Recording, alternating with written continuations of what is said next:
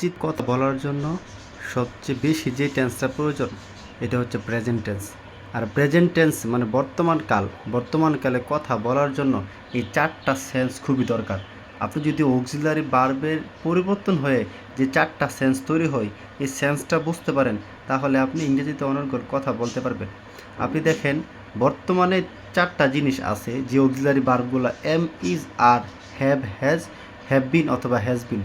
এই ভার্বগুলোর উপর ডিপেন্ড করে আমরা কথা বলি, এই ভার্বগুলোর উপর ডিপেন্ড করে আমাদের সেন্সটা পরিবর্তন হয়। যেরকম আপনি একটা ভার্ব নিছেন, রিডের তো পড়া, হি রিডস এ বুক, সে বই পড়ে। যদি সাবজেক্ট চেঞ্জ করে দেন, ইউ রিড এ বুক, তুমি বই পড়ো, তাহলে I read a English book, I read a novel book, he reads a historical book. তার মানে সে বই পড়ে, এটা হচ্ছে নর্মাল। কখন পড়ে, কিভাবে পড়ে, বা পড়তেছে কিনা, শেষ করছে কিনা, এটা আমরা জানি না। এই বর্তমান সেন্সে ভার্ব যখন আপনি এক নম্বর অবস্থানে রাখা কথা বলবেন, এটা দ্বারা সবসময় প্রেজেন্ট সেন্স বোঝাইব। যে সে পড়ে, আমি যাই, সে খায়, সে দৌড়ায়, সে লিখে, সে গান গায়, সে কবিতা লিখে, সে কাপড় বাস করে, সে রুম পরিষ্কার করে, সবগুলোই প্রেজেন্ট সেন্স। তার মানে আপনি ভার্বটা কোন সেন্স অবস্থানে রাইখা কথা বলতেছেন এটাই ডিপেন্ড করে কথা বলার ক্ষেত্রে।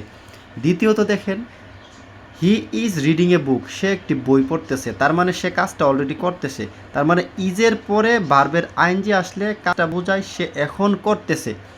বর্তমান সেন্সের জন্য বর্তমান সেন্সের এম ইজ আর ইউজ করে ভার্বের সাথে আইএনজি দিলে এটা বর্তমান সেন্স বোঝায়। আপনার এটা মুখস্থ করার প্রয়োজন নাই। আপনি যখন ইজ দিয়ে পরে তারপরে ভার্বের আইএনজি দিতেছেন, তার মানে এটা বোঝাইতেছে বর্তমানে কোনো চলমান কাজ। যেমন I am taking class in front of you, আমি এখন তোমাদের সামনে ক্লাস নিতেছি। তার মানে আয়ের সাথে এম, হিয়ের সাথে ইজ, ইউর সাথে আর। আপনি পার্সন চেঞ্জ করে, অক্সিলারি ভার্ব চেঞ্জ করে যখন এর সাথে আইএনজি দিয়ে দিবেন, তখন এর সেন্সটা পরিবর্তন হয়ে যেতেছে। এটা দ্বারা বর্তমান সেন্সের চলমান বোঝাইতেছে। আবার দেখেন, আপনি হ্যাভ হ্যাজ দিবেন, হ্যাভ হ্যাজের পরে যখন ভার্বের 3 নম্বর ফর্ম দিবেন, যেমন হি হ্যাজ রিড এ বুক, সে একটা বই পড়েছে, তার মানে তার বইটা পড়া শেষ হয়েছে। তাহলে আই হ্যাভ রিড এ বুক, আমি একটা বই পড়েছি। যদি ভার্বটা চেঞ্জ করে দিই, তাহলে হচ্ছে ভার্বের 3 নাম্বার ফর্ম, তাহলে I have gone to hospital, আমি হসপিটালে গিয়েছি। তার মানে কোনো কাজ সমাপ্তি করা বুঝাইতে হ্যাভ হ্যাজের পরে ভার্বের 3 নম্বর ফর্ম দিবেন। এটা দ্বারা বুঝাইবে বর্তমানকালে আপনি কোনো কাজ সমাপ্তি করছেন। ভার্বের অবস্থানে চেঞ্জ পরিবর্তন করতেছে, আপনি কোন সেন্সে কথা বলতেছেন। আপনাকে টেন্সের সাবজেক্ট পরে ভার্বের পরে অবজেক্ট, এম ইজ আরের পরে আইএনজি, এগুলো মুখস্থ করার দরকার নাই। আপনি শুধু am is are, have has অথবা হ্যাভ বিন হ্যাজ বিন, এগুলার পরে কখন কোন ভার্ব কীরকম পজিশনে ইউজ করলে সেন্সটা পরিবর্তন হইতেছে, আপনাকে আগে সেন্সটা বুঝতে হবে।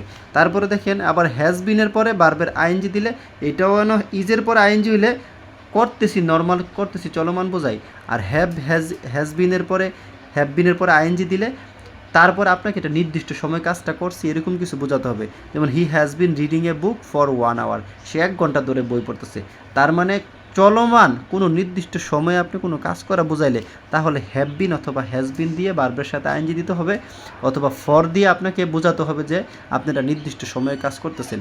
তার মানে চলমান প্রক্রিয়াতে, চলমান কন্টিনিউয়াসে বুঝাইতে হ্যাভ বিন হ্যাজ বিন বুঝাই, নর্মাল কন্টিনিউয়াস বুঝাইতে এম ইজারের পরে ভার্বের আইএনজি, শেষ করা বুঝাইলে হ্যাভ হ্যাজের পরে ভার্বের 3 নাম্বার ফর্ম। আর নর্মাল যখন আমরা বেশিরভাগই আমরা প্রেজেন্ট ইনডিফিনিট টেন্স নর্মালে কথা বলি, মানে ভার্বের মেইন পজিশনে রাইখা যখন মেইন ভার্বটা ইউজ করে যখন কথা বলি, তখন এটা হচ্ছে নর্মাল সেন্স, অথবা যেই কাজটা সমাপ্তি অসমাপ্তি বোঝা নাই। সারাদিন কিন্তু আমরা এই নর্মাল সেন্সে কথা বলি। প্রেজেন্ট টেন্সের কোনো বিকল্প নাই। বর্তমানকালে কথা বলার জন্য এই 4টা সেন্স যদি আপনি মাথায় গাঁথতে পারেন, যে একটা ভার্ব পরিবর্তন করে কিভাবে সেন্সটা তৈরি হইতেছে। আপনি এখন অন্য যে কোনো একটা ভার্ব নেন, আপনি কাম নেন, কাম অথবা গো, এই ভার্বটা দিয়ে আপনি দেখেন, হিসাব করেন। যেমন হি কামস, সে আসে, আই কাম, আমি আসি, ইন মাই রুম, আমার রুমে, মাই মাদার্স কাম, মা আমার রুমে আসে। তার মানে ভার্বটাই আমাকে বলে দিতেছে আমি কীভাবে কথা বলি। এখন কন্টিনিউয়াস সেন্সে বলি যে my mother is coming in my room, মা আমার রুমে আসতেছে। My father is going outside, বাবা বাহিরে যাইতেছে।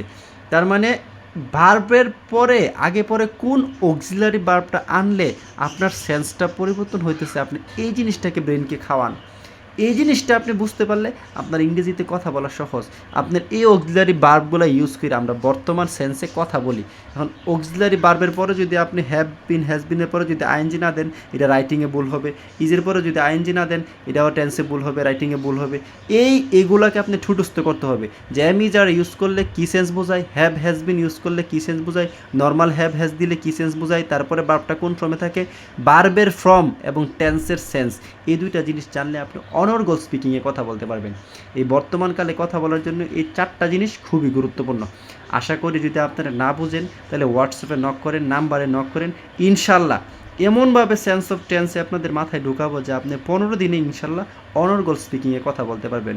এটা হচ্ছে বর্তমানকালে এই যে প্রক্রিয়াটা বললাম, ঠিক আপনি এভাবে প্রতিদিন 5টা 6টা ভার্ব নিয়ে ভার্বটাকে মডিফাই করে সেন্সটা পরিবর্তন করেন, তাহলে অনর্গল কথা বলতে পারবেন ইনশাল্লাহ। পরবর্তীতে অতীতকালের সেন্স নিয়ে, তারপরে ফিউচারকালের সেন্স নিয়ে কথা বলবো।